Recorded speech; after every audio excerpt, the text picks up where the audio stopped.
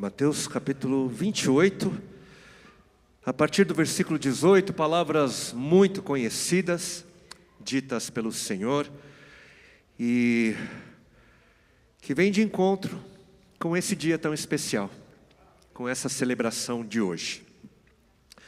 Mas antes de nós lermos, eu queria orar mais uma vez com a igreja.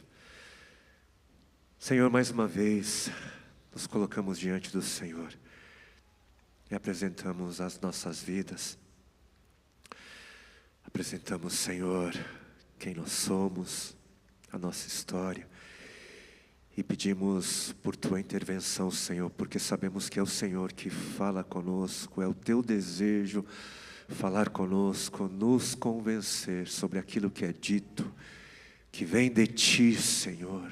E faça assim, Senhor, promovendo vida, esperança, promovendo aquilo que o Senhor deseja fazer com que exista em nós, hoje e sempre, para a Tua glória, Senhor, e em Teu nome, Senhor Jesus, assim nós pedimos, amém, amém. Então, versículo 18 de Mateus 28, ali nós lemos: Jesus, aproximando-se, falou-lhes, dizendo: toda a autoridade me foi dada no céu e na terra, portanto vão, ide por todo o mundo, vão e façam discípulos de todas as nações, batizando-os em nome do Pai, do Filho e do Espírito Santo, ensinando-os a guardar todas as coisas que tenho ordenado a vocês. E eis que eu estarei com vocês todos os dias, até o fim dos tempos. E assim finaliza, assim termina a versão do Evangelho segundo Mateus. O Evangelho segundo Mateus finaliza nos mostrando Jesus, o Senhor, comunicando as suas últimas palavras, dizendo, deixando últimas palavras. E no Evangelho segundo Marcos, ali também nós vamos perceber o registro das últimas palavras do Senhor Jesus antes dele partir. Existem mais detalhes sobre as suas últimas palavras. Abra comigo, por favor, acesse comigo o texto bíblico em Marcos, e vai aparecer aqui também no telão. Marcos 16, e nós vamos ler a partir do versículo 15. Marcos 16, 15. E disse-lhes Jesus: vão pelo mundo todo, ide pelo mundo todo e preguem o Evangelho a todas as pessoas. Quem crer e for batizado será salvo, mas quem não crer será condenado. Versículo 19: depois de lhes ter falado, o Senhor foi elevado aos céus e assentou-se à direita de Deus. Então os discípulos saíram e pregaram por toda parte, e o Senhor cooperava com eles, confirmando-lhes a palavra com os sinais que a acompanhavam. Graças ao Senhor, os discípulos foram, fizeram como o Senhor havia ordenado, e o Evangelho pôde chegar a nós também. Atravessou os séculos, chegando até nós, graças ao Senhor. E assim também termina a versão do Evangelho de Marcos. Últimas palavras. Nós vamos perceber, e como elas têm peso, né? Elas têm peso. Se você soubesse que hoje seria o seu último dia, se você soubesse que você estaria vivendo o seu último momento, e você estivesse cercado de pessoas amadas, pessoas queridas, pessoas próximas, né? Quais seriam as suas últimas palavras? O que é que você diria? Eu posso não saber o conteúdo exato do que você diria às pessoas que ficariam, né, e que são amadas por você, mas eu posso dizer com muita segurança, com muita certeza, que as suas últimas palavras não seriam palavras vazias. sem sentido. É muito pelo contrário.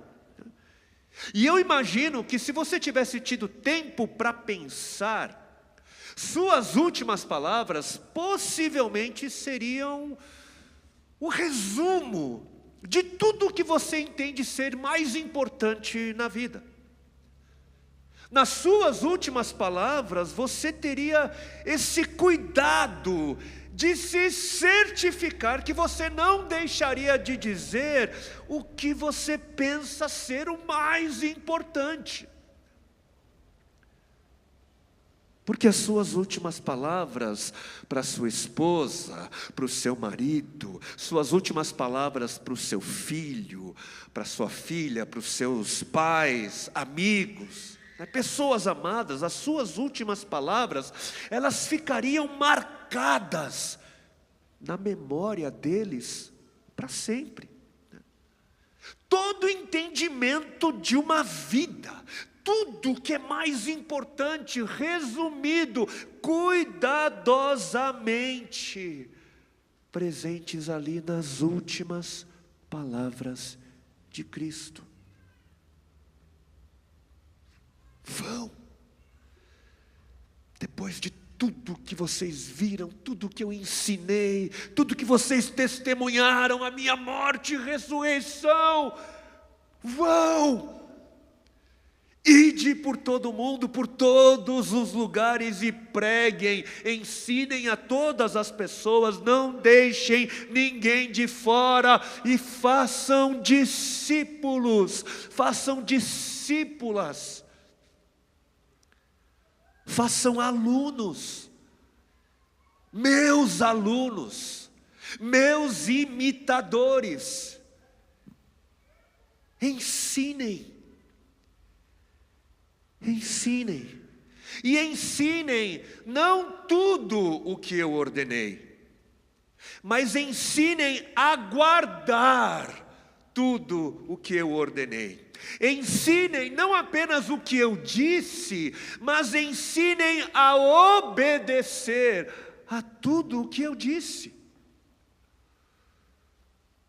Porque foi para isso que eu vim, é para isso que toda a minha história aponta, é esse o desejo que eu tenho para todas as pessoas, para a glória de Deus. Palavras do Senhor em Lucas 6,40: todo aquele que for bem preparado será como o seu mestre. Todo o bom aluno será como o seu mestre. No discipulado, o discípulo, a discípula é preparada para ser como o seu mestre é. O propósito de todas as coisas em Cristo, fazer todos vocês parecidos com Ele, para a glória de Deus Pai. Esse é o alvo, essa é a nossa vocação. Sejam parecidos comigo, diz o Senhor. Meu querido irmão, minha querida irmã, o seu e o meu chamado não é ser músico, não é ser pastor, não é ser voluntário, missionário, empresário, professor, dentista, designer e etc. Mas o nosso chamado é nos tornarmos como Jesus, amar como Ele amou. Não vamos baixar o nível, gente. Não vamos. Não vamos mirar para onde a gente não deve mirar. O nosso alvo é Cristo. E em tudo que nós fizermos, sendo músicos, pastores, voluntários, etc., em tudo façamos para que o alvo que é Cristo seja alcançado. Amém? Amém, amém, amém. E essa jornada, essa linda jornada na direção de nos tornarmos cada vez mais parecidos com Jesus, tem um ponto de partida, tem um começo. E esse começo é um começo público, é uma confissão pública. O início dessa linda jornada é marcado com um evento. O evento que logo mais nós vamos celebrar, o evento do batismo. Vão e façam discípulos de todas as nações, batizando-os em nome do Pai, do Filho e do Espírito Santo. Hoje é dia de batizar discípulos de Jesus, discípulos e discípulas de Jesus. E faz poucas semanas, nós falamos sobre as ordenanças, ou os sacramentos, que foram instituídos pelo Senhor. E o batismo é uma das ordenanças, um dos sacramentos que o Senhor nos deixou. E semanas atrás nós trouxemos algumas definições, uma definição do que seria um sacramento. E nós dissemos que 3 características principais definem um sacramento. A primeira característica: um sacramento é uma santa ordenança instituída por Cristo Jesus. É algo que o próprio Jesus ordenou. Percebemos dos seus lábios no registro de suas palavras, e por isso que nós também chamamos dos sacramentos de ordenanças.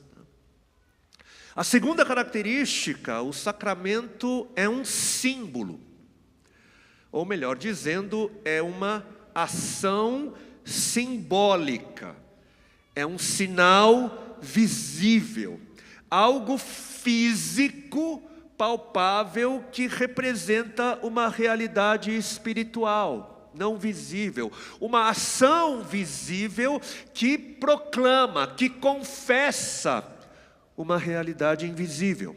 Essa é a segunda característica. E a terceira característica: o sacramento é um meio da graça de Deus, é um instrumento.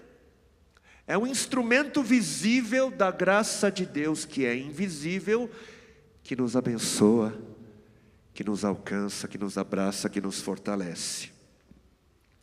Mistério. Os sacramentos, então, têm essas 3 principais características: ordenados por Cristo, são símbolos visíveis ou ações simbólicas visíveis que comunicam a graça invisível de Deus. E um sacramento é um instrumento da graça do Senhor que nutre, que abençoa as vidas que participam do sacramento da ordenança. Dito isso, eu faria um comentário, ou alguns comentários, sobre o símbolo, sobre a realidade da ação simbólica. Um símbolo é algo que representa uma realidade. O símbolo é algo que comunica uma realidade, da mesma forma que a ação simbólica, comunica. Esse anel dourado no meu dedo anelar esquerdo é um símbolo que comunica uma realidade, de forma muito clara, Aqui tem muita história, muito sentido, sentimento, Houve um dia, o dia 5 de outubro de 2002, para ser mais exato, houve um dia em que eu participei de uma ação simbólica de colocar um anel de ouro no dedo da minha esposa. E a partir dessa participação, desse ato simbólico, eu e a minha esposa, então, comunicamos publicamente diante de Deus e diante das testemunhas, dos convidados, das famílias, né? Nós testemunhamos que eu e ela seríamos um do outro, para sempre. Cadê ela? Ah, está ali. Já foi. Aleluia. A partir desse ato simbólico, eu e ela, a gente de fato passou a ser um do outro. Olha só. A ação simbólica inaugurou de fato um novo tempo, uma nova realidade, né, que já dura mais de 20 anos. Esse pequeno objeto dourado, símbolo do nosso casamento, tem essa capacidade de comunicar muita coisa, né? Muitos aspectos, né? Múltiplos aspectos que fazem um casamento.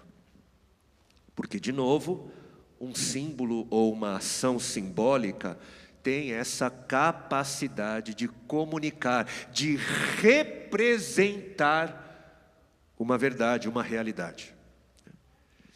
E no ato simbólico de hoje, existe algo de muito significativo que vai ser comunicado. Na verdade, muitos aspectos, múltiplos aspectos. Algo de muito valor vai ser comunicado no batismo. Nós, cristãos, nós cremos que o dia mais importante na vida de qualquer pessoa é o dia do batismo. Porque tudo o que diz respeito à obra de Cristo é comunicado nesse ato, nessa ação simbólica. Tudo o que Cristo fez por nós, representado nesse ato. E a partir desse ato, um novo tempo começa. É um marco na vida de qualquer pessoa. Hoje é dia de festa, e conforme o tempo for passando, a gente vai melhorar nessa celebração, nessa festa. Um dia a gente vai estourar fogos. Um dia, né? Mas eu tenho a impressão que a gente precisa continuar crescendo no entendimento de como esse marco é importante. Crescendo no entendimento de como esse momento é importante. E eu não sei se no nosso meio tem gente aqui que não percebe muito valor, muito sentido no batismo, né? Mergulha, fica molhado, né? Se alguém tem dificuldade de perceber o quanto o batismo é significativo, ajuda a olhar para como outras pessoas de confissões religiosas diferentes percebem o quanto o batismo é significativo. Ajuda a olhar para essas outras percepções. Porque a partir do entendimento deles, a gente consegue perceber que de fato no batismo alguma coisa é comunicada. Algo de muito significativo é representado, é comunicado. Faz algumas semanas eu estive em um encontro missionário no sertão e estava presente ali como um dos preletores o doutor e pastor Elias Dantas. O pastor Elias, ele é uma autoridade em missões globais, e ele trabalha com igrejas em países com outras confissões religiosas, né, predominantemente, onde existe perseguição, onde se matam cristãos nos dias de hoje. E nesse encontro, o pastor Elias, ele contou uma história que havia acontecido recentemente. Ele tinha recentemente voltado de um desses países onde existe perseguição religiosa, E ele ficou sabendo de um caso que tinha acabado de acontecer quando ele chegou lá. Ele ficou sabendo de uma jovem recém-convertida a Cristo. E essa jovem, ela acabou confessando, ela acabou dizendo para sua mãe que havia se tornado cristã, que havia se convertido a Cristo. Conversa vai, conversa vem, até que ela também chegou a dizer, ela confessou que havia sido batizada. Quando a mãe descobriu que ela havia sido batizada, a mãe pega essa menina com toda a força e joga pela janela do 13º andar do apartamento onde eles moravam.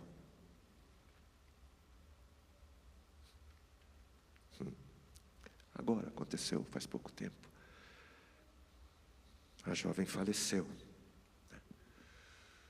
Por quê? Porque na compreensão de muitos, é que o que de fato comprova a passagem para a fé cristã, é a confissão por meio do batismo. Para muitos filhos de outras religiões, ser batizado pode muito bem significar expulsão de casa, ser deserdado. E para muitos, ser batizado pode muito bem significar a própria morte, uma sentença de morte. Por quê? Porque algo de muito significativo é comunicado no batismo, de muito valor. Mas o que é que estaria sendo comunicado? O que é que o batismo representa? Qual é a confissão que as pessoas logo mais vão estar fazendo ao serem batizadas? O que é que esse ato simbólico representa?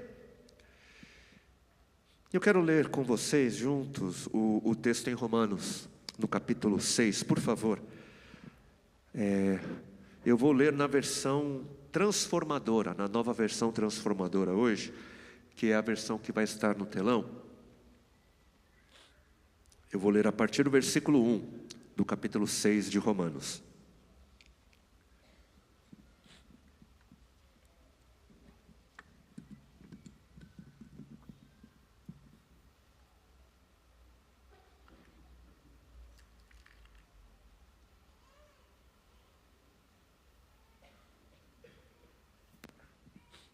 Romanos capítulo 6, a partir do versículo 1, até o versículo 18. Devemos continuar pecando para que Deus mostre cada vez mais sua graça? Olha os argumentos. O apóstolo Paulo, no Espírito Santo, estava defendendo, na verdade contrariando aqueles espertinhos, porque se na abundância do pecado transborda a graça, eu vou pecar mais para que a graça transborde ainda mais. Espertinho, né? E aí o apóstolo, devemos continuar pecando para que Deus mostre cada vez mais sua graça? Claro que não. Uma vez que morremos para o pecado, como podemos continuar vivendo nele? Ou acaso se esqueceram de que quando fomos unidos a Cristo Jesus no batismo, olha só, unidos a Cristo Jesus no batismo, nos unimos a Ele em sua morte? Vocês se esqueceram? Pois pelo batismo morremos e fomos sepultados com Cristo. E assim como Ele foi ressuscitado dos mortos pelo poder glorioso do Pai, agora nós também podemos viver uma nova vida. Uma vez que nossa união com Ele se assemelhou à sua morte, assim também nossa ressurreição será semelhante à dele. Sabemos que nossa velha natureza humana foi crucificada com Cristo, para que o pecado não tivesse mais poder sobre nossa vida e dele deixássemos de ser escravos. Pois quando morremos em Cristo, fomos libertos do poder do pecado pecado. Então, uma vez que morremos com Cristo, cremos que também com Ele viveremos.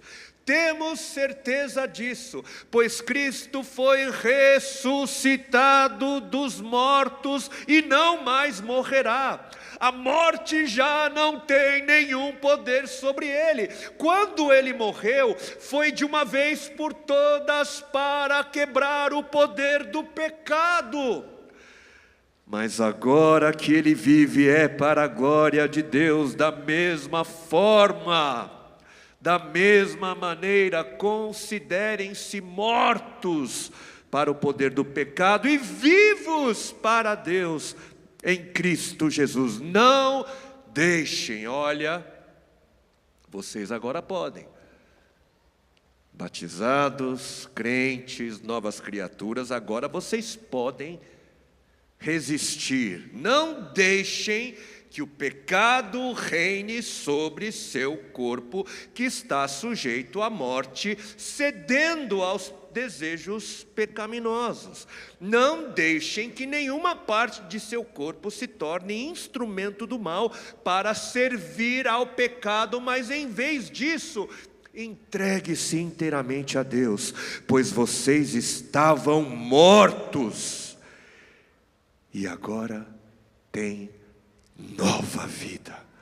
Portanto, ofereçam seu corpo como instrumento para fazer o que é certo para a glória de Deus. O pecado não é mais seu senhor, pois vocês já não vivem sob a lei, mas sob a graça de Deus. Pois bem, uma vez que a graça nos libertou da lei, quer dizer que podemos continuar pecando? Claro que não.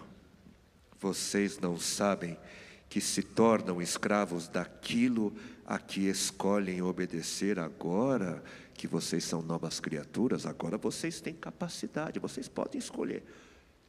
É liberdade para escolher a quem pertencer. Novas criaturas, né? Podem ser escravos do pecado que conduz à morte, ou podem escolher obedecer a Deus, que conduz à vida de justiça. Graças a Deus, porque antes vocês eram escravos do pecado, não tinha escolha. Mas agora obedecem de todo o coração a este ensino que lhes transmitimos. Estão livres da escravidão do pecado e agora se tornaram escravos da justiça. Você escolhe a quem você quer servir. Essa é a liberdade que têm os que foram batizados. Escolhem viver para Deus. E leia comigo também um texto, um versículo, Atos 2:38. Um pouquinho antes.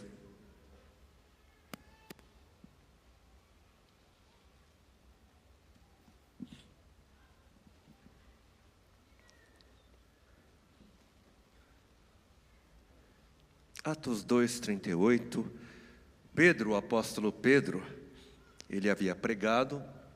A multidão reage à sua pregação e perguntam, e agora, né? O que a gente deve fazer? O apóstolo Pedro, então, ele levanta e responde, arrependam-se e cada um de vocês seja batizado em nome de Cristo Jesus para perdão dos seus pecados e receberão o dom do Espírito Santo. E eu acho que eu vou aqui fazer um comentário sobre a palavra arrependam-se, tá? Existe uma impressão de que o arrependimento é uma tristeza, é um sentimento de culpa, é um remorso, mas isso não tem muito a ver com arrependimento não, tá? No grego, arrependimento significa, a palavra que a gente traduziu do grego para arrependimento é metanoia. Metanoia, meta de transformação, né? Metamorfose e noia de né, de pensamento, ou seja, metanoia, transformação de pensamento, de entendimento, de mente, né? Então, arrependam-se, né? Tenham os pensamentos certos, entendam como Deus deseja que vocês entendam as coisas, e cada um de vocês seja batizado em nome de Cristo Jesus para perdão dos seus pecados e receberão o dom do Espírito Santo. Ontem, como minha esposa ela acabou de dizer, nós tivemos o nosso primeiro encontro, né, de formação da nossa membresia. Falamos um pouco sobre essa realidade e uma hora eu volto para falar aqui num culto dominical. Mas ontem uma irmã, ela me perguntou se o batismo que ela havia celebrado quando era mais nova, né, seria válido. E a dúvida quanto à legitimidade do batismo, né, a qual ela havia se submetido, era por causa da impressão que ela tinha de que ela não tinha muito entendimento na época, né, do que o batismo representava. A gente não conseguiu terminar a conversa. Eu não sei se a irmã está aqui hoje, né, mas eu espero que a gente possa... está ali. A gente precisa terminar esse assunto, né? E essas dúvidas quanto ao sentido exato do batismo, essas dúvidas elas são comuns, né, comuns de aparecerem, né? Porque quando a gente busca no Novo Testamento, a gente não encontra assim explicações criteriosas, né, claras e bem definidas, arrumadas. Essa sessão agora é tudo sobre o batismo, né? A gente não encontra essas sessões, essas declarações específicas. A gente encontra comentários espalhados aqui e ali. E a razão disso, o entendimento de muitos, é que essas explicações não estão, né, não foram detalhadas, muito provavelmente porque as pessoas daquela época já tinham um bom entendimento do assunto, né? Muitos, inclusive, já tinham passado pelo batismo. E essas dúvidas são comuns também, porque os ensinos que nós encontramos no Novo Testamento vão nos mostrar que existem facetas diversas, muitas facetas, existem múltiplos, né, elementos que definem o batismo. O batismo comunica realidades, né, múltiplas, né, múltiplas superfícies e múltiplas níveis de profundidades a gente encontra. E de novo, permitam-me usar o meu casamento, né, como exemplo. Eu sou casado, como eu disse, há mais de 20 anos, e eu ainda continuo aprendendo e experimentando níveis diferentes de profundidades, né, quanto ao significado desse anel dourado na minha mão esquerda. Tem coisa que eu sei hoje, depois de 20 anos, que eu não tinha ideia no dia que eu me casei. Mas essa falta de compreensão plena, né, de entendimento completo, não invalida a minha celebração solene, que foi o meu casamento. Com o passar do tempo, a gente cresce. A gente passa a crescer no entendimento, e conforme a gente vai crescendo no entendimento, a gente vai nos ajustando, a gente vai vivendo de acordo, né? E quem sabe para alguns aqui hoje, é um dia, é uma noite, né, para que, entendendo um pouco mais, a gente seja levado a apreciar, né, com gratidão e adoração, tudo o que o ato do batismo representou e representa em nossas vidas. Amém? Bom, mas eu acabei de ler um texto considerável, do capítulo 6 de Romanos, não inteiramente ou explicitamente falando sobre o batismo, né? Mas a gente percebeu alguns detalhes ali, né? Mas quem lê a carta aos Romanos, né, quem lê buscando mais detalhes, percebe que o apóstolo Paulo, ele estava escrevendo no Espírito Santo uma espécie de nova versão da história do povo de Deus descrita no livro de Êxodo. O livro de Romanos, a carta aos Romanos, Paulo ele reescreve a história do Êxodo. E a gente percebe alguns sinais, por exemplo, no capítulo 4 de Romanos, ali a gente percebe menções, né, uma menção feita sobre as promessas a Abraão, né, uma menção de uma herança, né? Mas Abraão e a sua família acabam descendo ao Egito, e a sua descendência, a descendência de Abraão, se torna escrava no Egito. Mas essa descendência de Abraão, ela acaba sendo salva, né, por Deus. A gente sabe, o livro de Êxodo, Moisés, né, depois de Abraão, né, Deus salva como?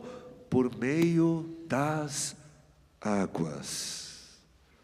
Por meio das águas do Mar Vermelho, né, muitos aqui devem se lembrar da história.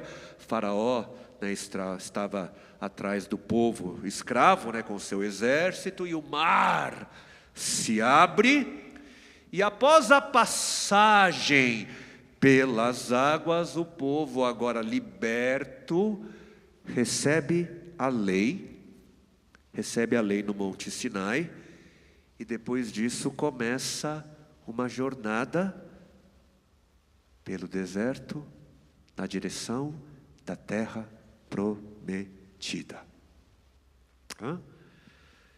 E aí chega Romanos capítulo 6 e nós somos lembrados de que nós éramos escravos. Só que nessa nova leitura, escravos do pecado, mas por meio da passagem das águas, agora vivemos uma nova vida livre da escravidão e da morte. Ou seja, a história do livro de Êxodo é a nossa história, A história, né, de escravidão, da passagem pelas águas, da liberdade para adorar, o recebimento da palavra de Deus e a jornada para a terra prometida, atravessando o deserto, é a nossa história. Essa é a história de pessoas que já foram batizadas. Essa é a história de pessoas que eram escravas do pecado, que tinham uma forma de viver que não era de acordo com a vontade de Deus, mas aí conheceram o Evangelho, ouviram falar do amor, ouviram falar da graça de Deus em Cristo Jesus, e se arrependeram, foram libertos, a sua mente liberta, os pensamentos retos, passaram a ter uma outra forma de pensar, se arrependeram. Metanoia, né?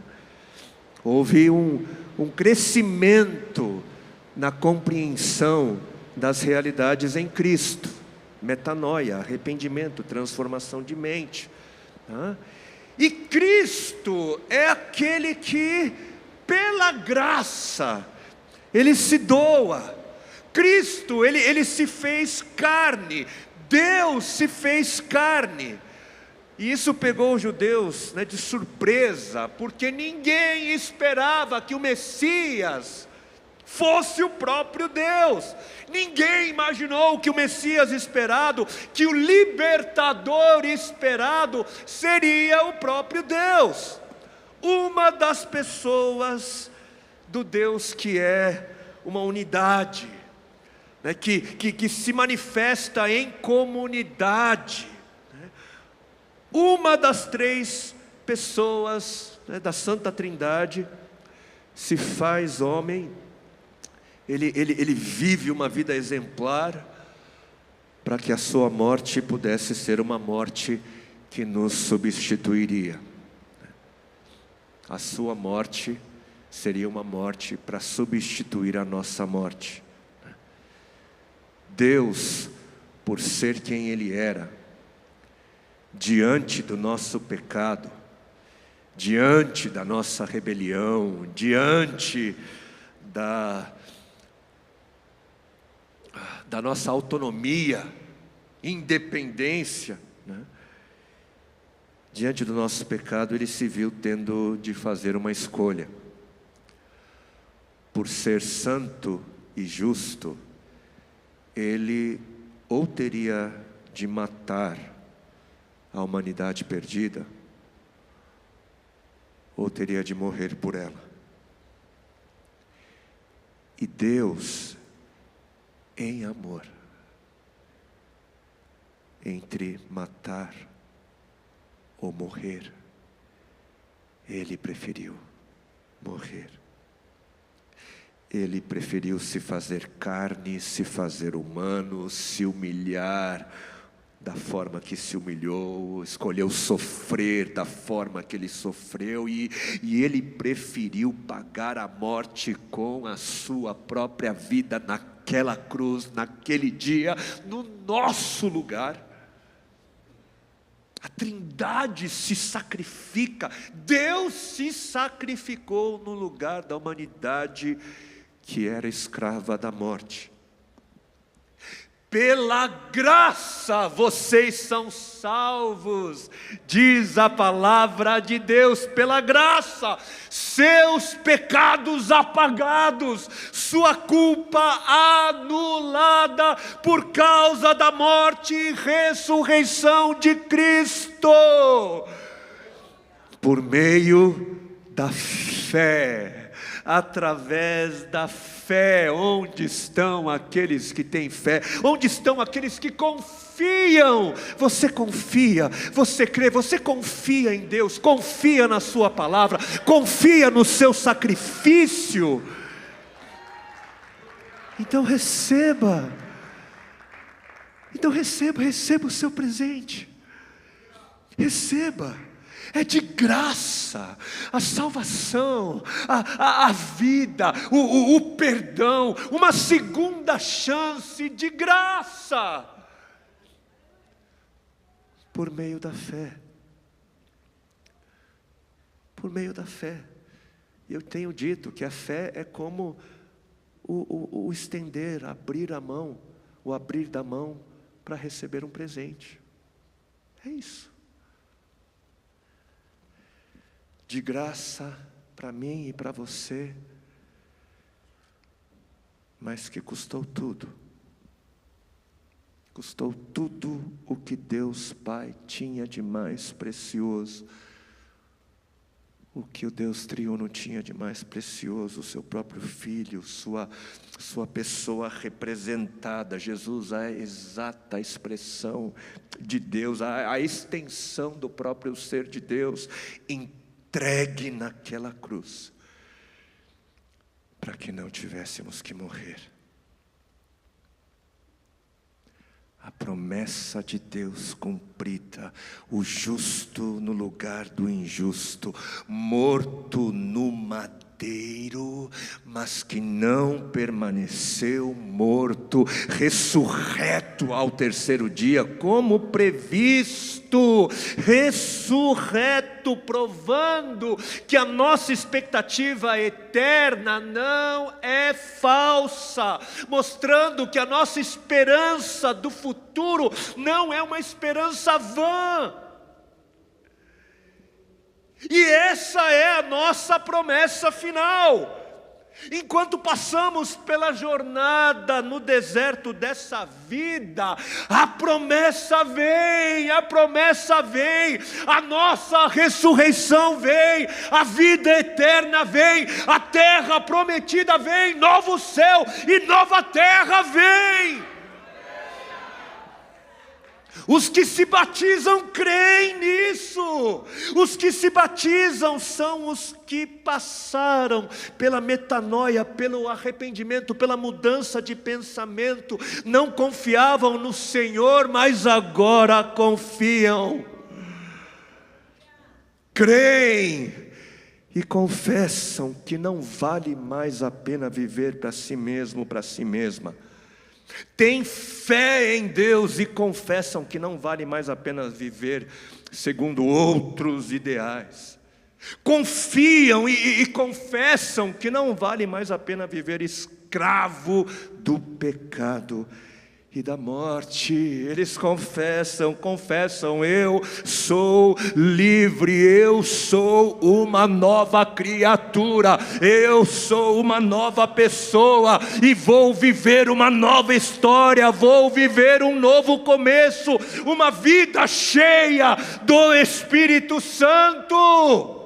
Perdoado, perdoada, unida em Cristo, pertencente a Ele, dele e para Ele. É isso que nós confessamos no batismo. Eu sou de Cristo, eu morri com Cristo e ressuscitei com Cristo, e agora eu vivo para me parecer com o meu Mestre e Senhor.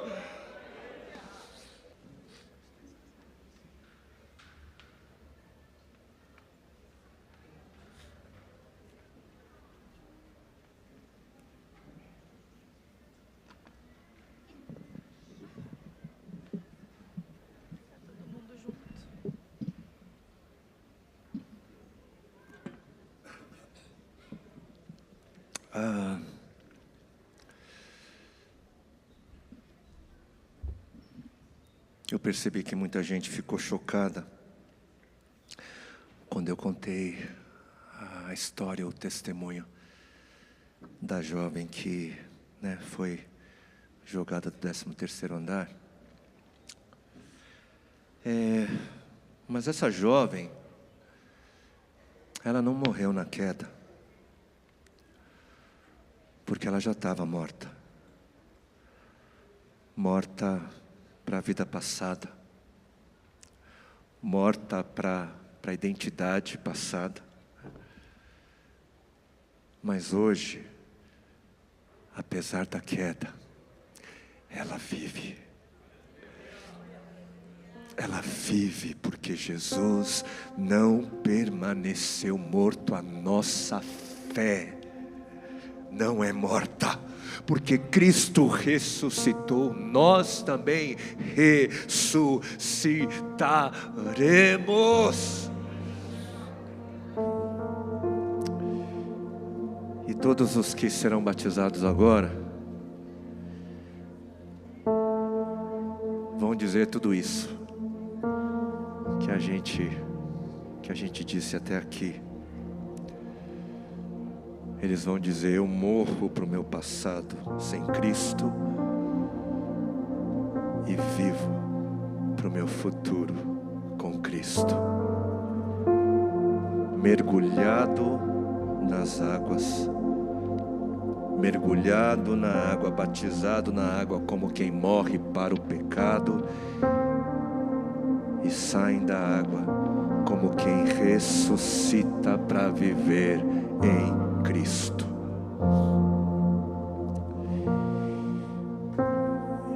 Enquanto eles vão chegando, eu preciso compartilhar de uma impressão hoje. Eu fui tomado por uma impressão que me levava a perguntar se no nosso meio tinha gente não batizada. Eu não sei se você ainda não foi submetido ou submetida ao batismo, mas eu queria ler com vocês mais 2 textos em Atos capítulo 2, por favor. vai aparecer também aqui na tela. Atos capítulo 2, a partir do versículo 36.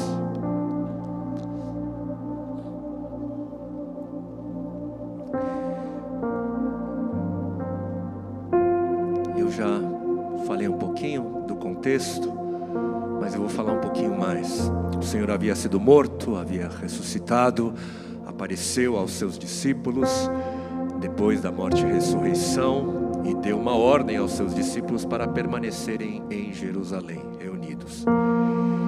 E quando chega o momento, estão ali orando, o Espírito Santo vem sobre eles, eles são cheios do Espírito Santo, a promessa de Joel é cumprida, uma nova estação, um novo tempo vem sobre a humanidade. E o apóstolo Pedro, cheio do Espírito Santo, se levanta para pregar, e no finalzinho da sua pregação, as pessoas, como eu disse, reagem e perguntam aos apóstolos o que devemos fazer. Depois da pregação, Pedro apresenta o Evangelho. E Pedro respondeu: arrependam-se, e cada um de vocês seja batizado em nome de Jesus para perdão dos seus pecados, e receberão o dom do Espírito Santo, pois a promessa é para vocês, para os seus filhos e para todos os que estão longe, para todos quantos o Senhor, o nosso Deus, chamar. Com muitas outras palavras, os advertia e insistia com eles: salvem-se dessa geração corrompida. E os que aceitaram a mensagem foram batizados. E naquele dia houve um acréscimo de cerca de 3.000 pessoas. Quero que vocês percebam isso. A palavra, o Evangelho, a palavra sobre Cristo Jesus foi proclamada. Isso fez algo no coração das pessoas, a ponto delas quererem saber o que elas deveriam fazer com essa verdade. O apóstolo então diz: olha, arrependam-se e sejam batizados. E eles aceitam aquela palavra, recebem aquela palavra e foram batizados naquele dia. 3.000 pessoas, imagina que movimentação. E agora um pouquinho mais para frente, Atos 8, vamos ler juntos.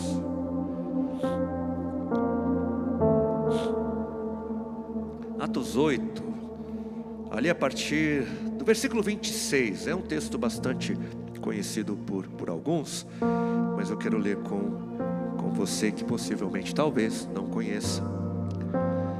Um anjo do Senhor disse a Filipe era um dos discípulos de Jesus: vá para o sul, para a estrada deserta, E ele foi.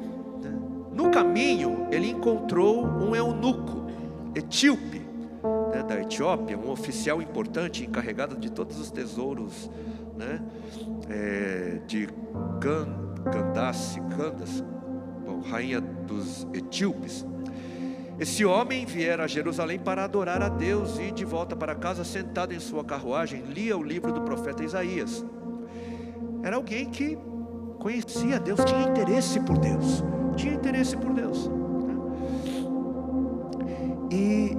E o Espírito, e ele estava lendo então o livro do profeta Isaías, e o Espírito disse a Filipe: aproxime-se dessa carruagem e acompanha. Então Filipe correu para a carruagem e ouviu o homem lendo o profeta Isaías, e lhe perguntou: o senhor entende o que está lendo?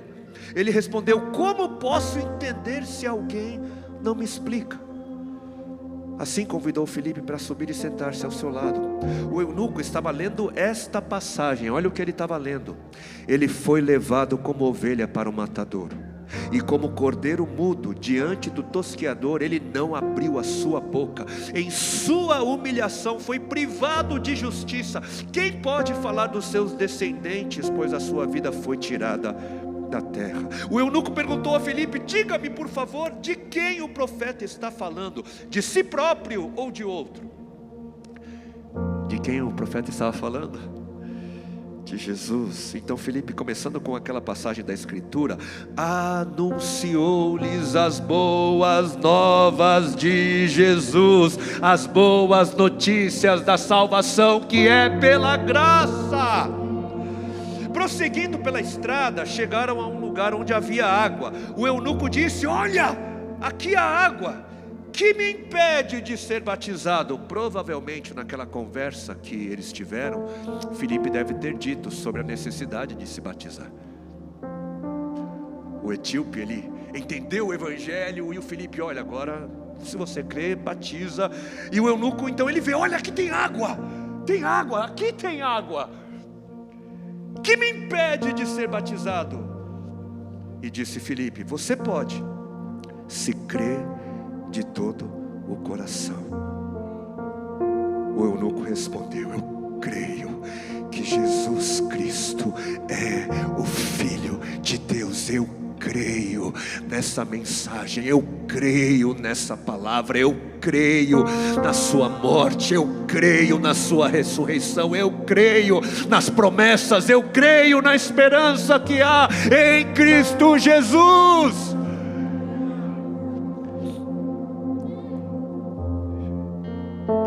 Levado então para esse lugar hoje, no meu quartinho ali, meu coração apertou e eu falei: não, eu vou perguntar, você crê? Aqui tem água.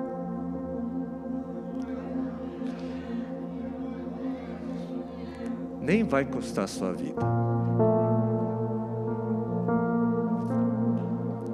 Pelo menos, né?